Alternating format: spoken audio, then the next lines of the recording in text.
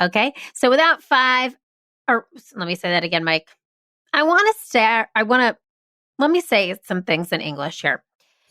Hey friend, are you a leader who is career-focused, goal-driven, and possess a lifelong learner mentality? Do you dream about achieving your goals and spend hours Googling how-tos and gurus? Does a side effect of your awesome, might I add, personality include perfectionism, the dreaded imposter syndrome, and the ever-present fear of failure? Well, you've landed in the right place. We just became virtual BFFs. I'm Erin Diehl, the founder of the improv training company Improve It, and a recovering perfectionist turned failfluencer. Inspired by the improv rule, there are no mistakes, only gifts. This podcast is the creative outlet you need to not only motivate you, but the people that you lead. Through interviews with corporate leaders, entrepreneurs, and even comedians, you'll walk away becoming a more empathetic boss by realizing that failure is a part of the journey and you must fail in order to improve. In the scene of life, we all have our own unique gifts that we bring to the world, and it is our mistakes that help to unwrap them. Welcome to Failed It.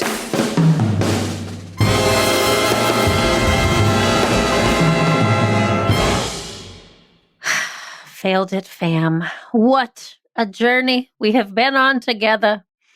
Hold hands, hold hands. We're going to take a journey. So I want to take us back to when we first started this show, when COVID first hit. Let's think about it. Before we hit launch on this show, our first episode actually had to go completely out the window, as did 3 other canned episodes, because we were set to launch it and then the world shut down and we decided we needed to change the conversation to focus on what you, my friends, needed now. And so I'm here today because I know you're thinking what we are all thinking.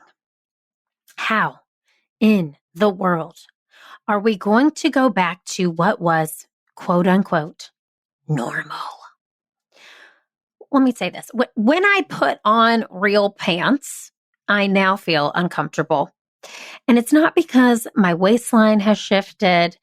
It's because it feels different, okay? I used to love to set out my outfits the night before work, and I would plan and coordinate them, and I'd put matching jewelry and shoes, and I'd feel so put together. So just to give you a little backup, I'm now fully vaccinated, and we had friends in town the other weekend, and we met up for dinner. And I will say the art of coordinating a full outfit felt very foreign to me. I felt like an artist who hasn't picked up the paintbrush in a year, and like my easel was either lopsided or broken. And I also felt like everything I owned was outdated because I will not and cannot wear pants that go to my bra line. I'm talking to you, Gen Z. I am sorry, Gen Z. I am a millennial. I rock a side part and a skinny jean, and I just cannot get on board with those pants. I think you look good, but girl, this girl cannot pull it off. So now that I have fully digressed into today's show, I want to get into the meat and the potatoes, because you're here for how to lead hybrid teams, not to talk about my lack of outfit coordination. So I want to start off by saying that I don't think that there's going to be a complete return back to quote unquote normal. When Improve It shut down on March 13th, 2020, and I want to just side note here, it was very ironic that it was Friday the 13th, by the way. We never imagined a world where we would not have a headquarters or an office, or a world where I wouldn't even live in the same state as most of my internal team. But now that we've been in this pandemic for over a year and we've completely let go of our lease at our co-working space in River North in downtown Chicago, and we are now fully remote, we will be using a co-working space for the meeting rooms and conference rooms in the future, almost like a hotel from time to time. But we will no longer have an office to go back to anymore. Our internal team now sits in Chicago, South Carolina, where I'm coming to you live. Iowa, LA, Colorado, and we will forever now be in this hybrid work model of doing events in person, but working internally from home across many state lines. So Improve It works across a lot of different industries, and we have clients who are Fortune 500. We have Fortune 100. We have small businesses and medium businesses, and every single company and organization we work with has a very different version of what the new normal looks like for them. Some will give employees options, so it doesn't seem unlikely to me that there will be a push for everyone to be back in the office, because I have read this poll, and let me just give you some hard data here, Failed It fam. Gallup ran a poll, and they found that 53% of respondents plan to work from home more often than they did prior to the pandemic. So, as I mentioned, we have clients in so many different industries, and most are going to do this hybrid model where employees get to decide, do they want to come in the office or do they want to work from home? And they can kind of cross function between the two, or some are going to be fully remote. But I have yet to talk to a company who is requiring everyone to come back completely in person, unless they are a restaurant or retail place where this can't happen. So with that said, it sounds like the majority of leaders are trying to figure out what this post-pandemic, or what I like to call the panny life, looks like. You can do Google searches. You can go to HR meetups, but I wanted to give you my Failed It fam 5 tips of what I know to be true, because this is uncertain for all of us. We haven't had to do this ever. So let me provide for you 5 tips on how to lead hybrid teams as to what we know right now is true. So without further ado, here are the 5 tips for leaders who are managing remote teams and are looking to hybrid days ahead. Tip number 1, be cloudy. You know what I mean. That cloud that looms over our head that makes us able to hear this podcast, that makes that thing called the internet work, that brings the sunshine for virtual teams and the rainbows, but it also brings the dark clouds, the thunder and lightning, and the storms when it doesn't work. You know what I'm saying?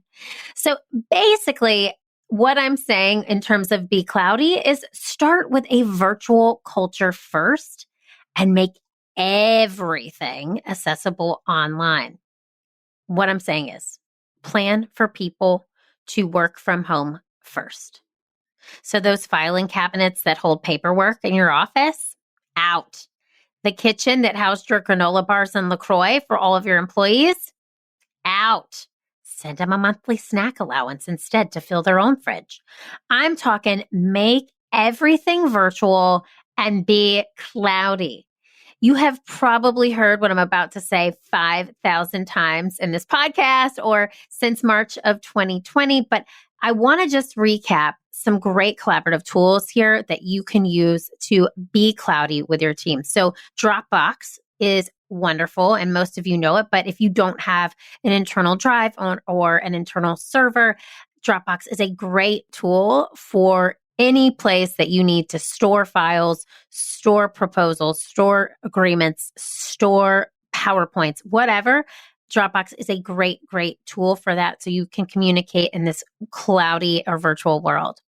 If you don't have it already, which I'm sure you do at this point, Slack or some form of chat function is a great communication tool, and it's a very easy way to create culture within your organization.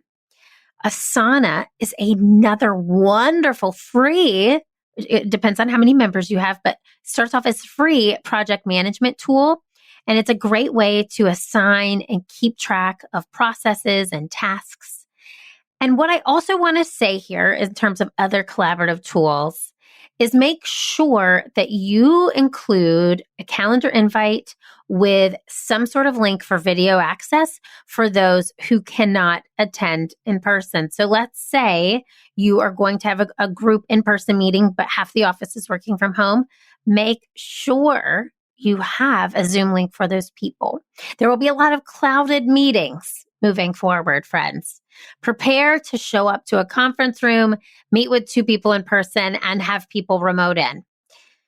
My biggest suggestion for this is that you make sure that the people that are remoting in are also on video and they're off mute, unless you've got little Fido or a little one crying off in the background. But you want to make sure those who work from home feel as welcome as the ones who are in the office. This is what's going to retain and attract talent. Feeling heard as they make the choice to return, quote unquote, back to normal, or what normal feels like for them. So I just want to caveat and stop here really quick, because as a facilitator and a person who leads very physical and interactive training sessions, this is my personal suggestions for training. So what I spoke to you just about was collaborative tools that you can use on your day-to-day, when you have meetings, if you actually have a couple people in the office and you're just doing internal meetings or meetings with vendors, partners. Those are the things I want you to use, but I want to talk specific to trainings. Okay, this is my wheelhouse here. So if you have people who are in the office and then you have those who are working from home, I want you to make those trainings 2 separate experiences. So if you're trying to do a training and you have 20 people in the office and 10 people on Zoom working from home, zooming into their training and they are live, oh man, it is not going to be the same. Cheryl is not going to get the same experience working from home behind her monitor in her yoga pants and bedroom slippers as Susie, who is in person in flats doing the workshop. So it's very hard as a facilitator to make the people who are at home feel as if they are in the room. The people in the room will always overpower those that are on camera or are, on the cloud, so to speak. So to make sure that everyone feels on an equal playing field, provide those working from home a virtual experience and those in person an in-person experience. All right. So do a training on Zoom for those that work from home and do the in-person for those in person, but don't combine the 2 because you will have a miss with the people who are working from home. I literally can't wait for the day when my hologram is going to be able to teleport to a team in London all the way from my home office in Charleston, South Carolina. I would have to put on real pants for the hologram, but what a world. And until the hologram happens, I want to lean towards providing an experience that makes everyone feel included and offer the same material to both, but just make sure to change the platform. So those that choose to remain remote don't feel slighted. And speaking of holograms, I want to talk about Gem and the holograms. Anybody? Millennials? Elder millennials? I digress. Which brings me to point number 2. So point number 1, be cloudy. Point number 2, be result-minded versus time-minded. Ultimately, what I'm saying here is hire the right people and trust them to do their jobs. Some positions and some tasks have certain deadlines and timeframes. As long as the work is done at the time frame it needs to be done, focus on that, leaders. Focus on that. What I'm saying is each team member is different. If we have learned anything from 2020, it's that work can be done at different times of day, and people's personal lives can be a bit more intertwined into their work lives. In my very personal opinion, okay, this is just me, there will never be a work-life balance. It is what I like to call a work-life blend. What this pandemic did was give us a year to really focus on what's a priority in our lives. So it gave me a year to stay home and to make it to my kids' swimming lessons, And yes, just so you know, Jackson is starting swimming lessons. Say some prayers. And I'm going to figure out what work needs to be done 8:30 to 5, and then figure out what I can do after he goes to bed, or what is absolutely necessary and vital to be completed during work hours. That's me as a leader. That's me as a founder and entrepreneur, choosing when I can work. But guess what? Your team has to be able to be around their priorities more, most of which includes their families. My biggest advice in this hybrid world is do not nickel and dime their time. Hire the right people to do the right job. Allow them to work in the hours and time frame that is most productive for them, with it, the exception being that they work the allotted amount of hours they are paid for, right? And then get out of their way. What works for their needs, and can those meet the needs of the business? I do realize in saying this that this will not work for every role and for every organization, but the punch in at the 8 a.m., the punch out at the 5 p.m. corporate life is stale, and it is so early 2000s. You're so 2000 and late, as Fergie once said. I am really dating myself on this episode, by the way. Anyway, people want flexibility.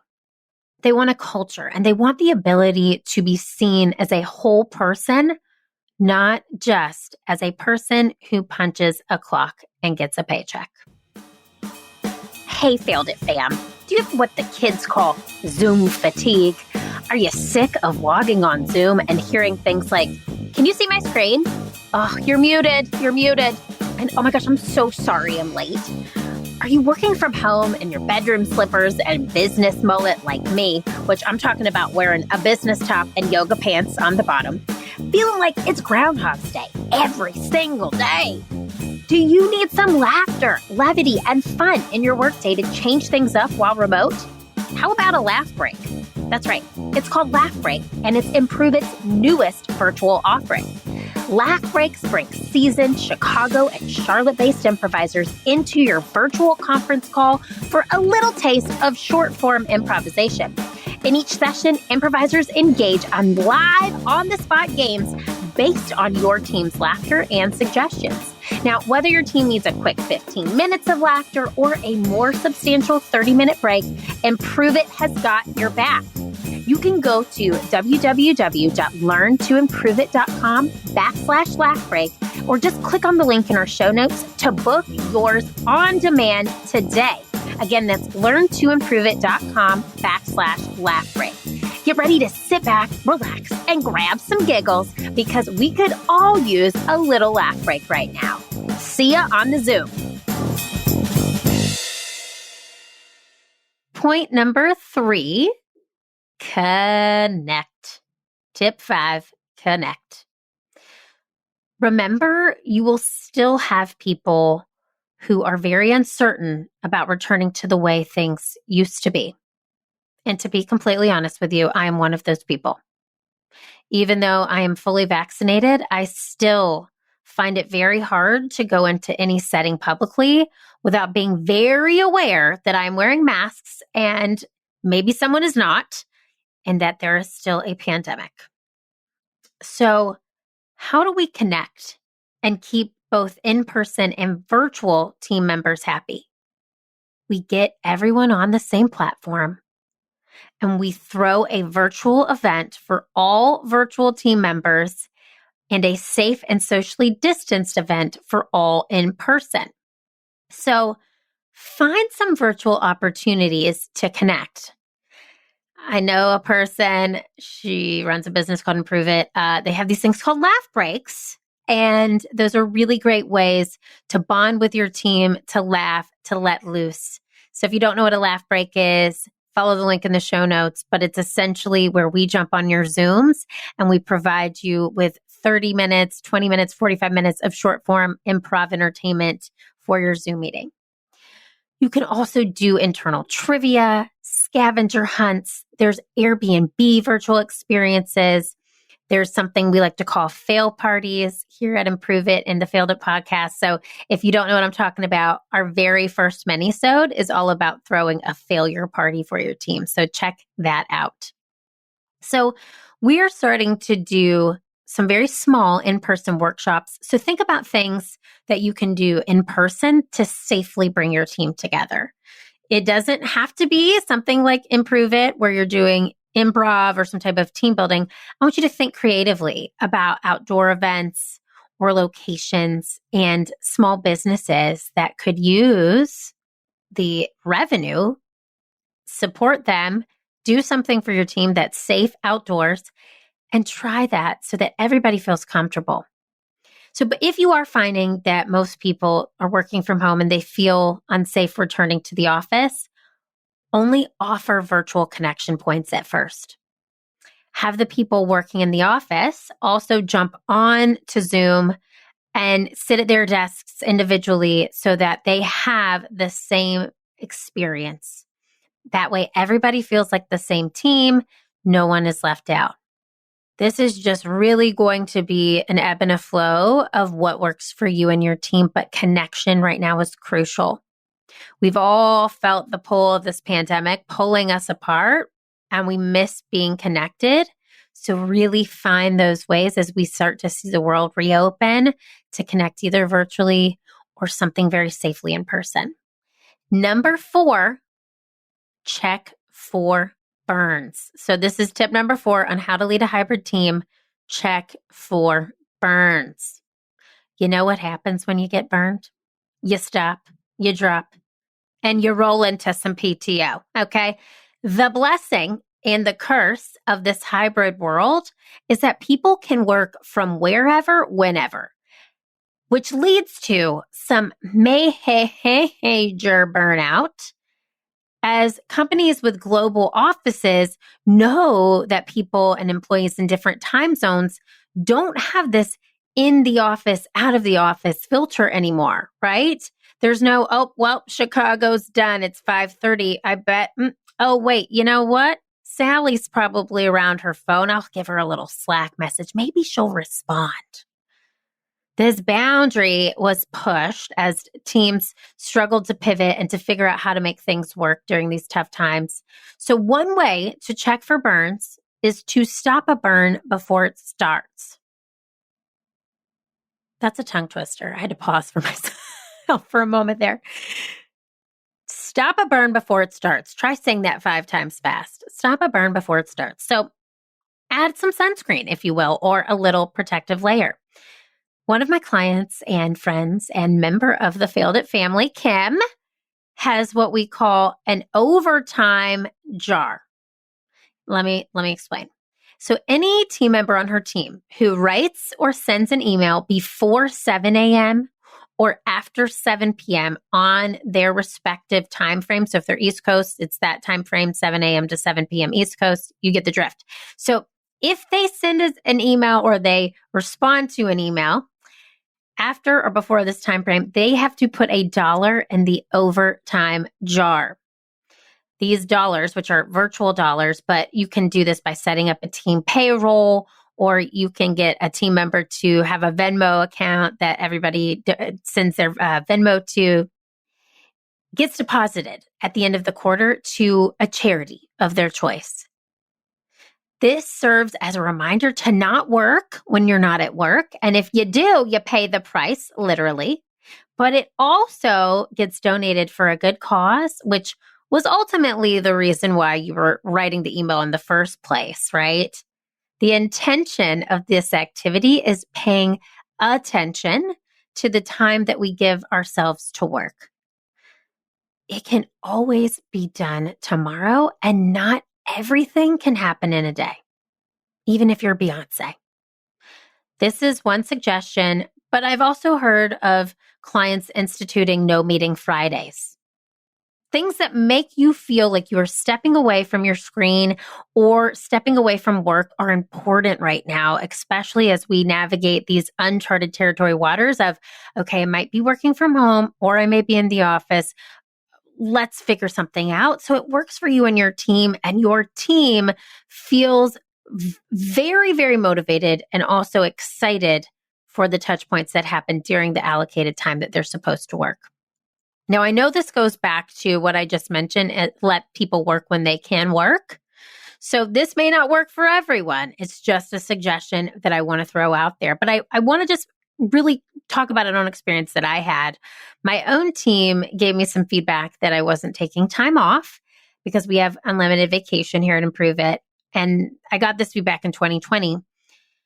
And I have normally done a pretty decent job of this, but with nowhere to go and a business that needed, quite honestly, saving, I fell short of this. So this year, I've made it a priority to at least take 1 or 2 Fridays off each month. And I have encouraged the internal team to do the same. And I will say this, those long weekends, they really give me the clarity and time away to recharge, reboot, and to come back refreshed. And I strongly want to encourage you to get some PTO and Fridays on your calendar and encourage your team to do the same before the burn happens. So we are down to tip number 5, my Failed It fam. And this is a good one. Celebrate the wins and the losses. You heard that last part right. You know it, my Failed It family. So fail parties are so important. Okay, we're going to talk about those in just a moment. And I also want you to think about what is it that helps you as a leader keep yourself motivated, but keep your teams motivated. So celebrate your team, and celebrating your team is what's going to keep both people in the office and at home happy. Celebrating the wins allows them to see the good they're adding to the organization. So you can do something in Slack. We've talked about this in previous episodes. Slack allows you to create channels that you can talk about specific topics. So we do this at Improve It. We have a #winning channel, and anything that is considered a win goes in that channel, and we celebrate it as soon as it happens because we need to celebrate. Celebrating is so good for the soul. Celebrating the fails reminds everyone that they're human, that they're trying, and that they can come up with solutions to make the place they work a place that they want to come to for years to come. So if you haven't, like I mentioned, go back to our very first Minisode all about failure parties. We want you to learn how to do this for your team. It is such a powerful tool, and it allows you to realize that everyone makes mistakes. And if we can learn from each other's mistakes and be more vulnerable with them, we collectively can feel less alone. And we can also feel like we're allowed to fail because failure actually means we're trying. So, my Failed It fam, a quick recap for you on how to lead your hybrid teams. Be cloudy. Be results-minded versus time-minded. Connect, check for burns, and celebrate the wins and the losses. Just like at the beginning of this pandemic, no one has the exact answers on how the next few months of this is all going to play out. But what we can do is create an environment where everyone feels heard, people feel seen, whether through a Zoom screen or in person, and this notion of yes and is alive and well. I believe in you, Failed It fam, and I want you to message me. You can DM me at Keeping It Real Deal. You can find me on LinkedIn as Erin Diehl. It will be the only person, Erin Diehl, Improve It. I want to hear from you if these tips resonate, and I want you to know that I am here and I'm always, always rooting you on. You've got this. You are strong. Fail, yeah, Failed It fam. Fail, yeah. Hey friends, thanks for tuning into Failed It. I am so happy you were along for the ride. If you enjoyed this show, please head on over to iTunes, leave us a 5-star review, and subscribe to the show so you never miss an episode. New episodes drop every Wednesday. Now, if you're really feeling today's show, please take a screenshot and tag me on Instagram at Keeping It Real Deal and share it to your stories so we can bring more people to the Failed It family. I'll see you next week, but I want to leave you with this thought. What will you fail at today, and how will that help your future successful self? Think about it. I'm so proud of you, and you are totally failing it. See you next time.